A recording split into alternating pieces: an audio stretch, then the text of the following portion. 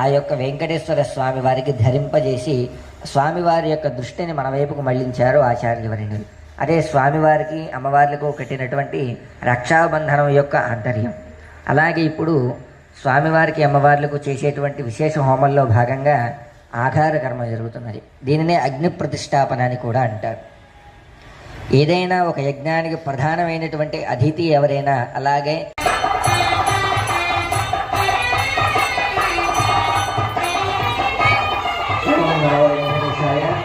శ్రీ శ్రీనివాస దివ్యాయుధ విశేష హోమంలో భాగంగా అమ్మవారికి స్వామివారికి సూత్రధారణి అందరూ కూడా కూర్చు నమస్కారం చేస్తుంది.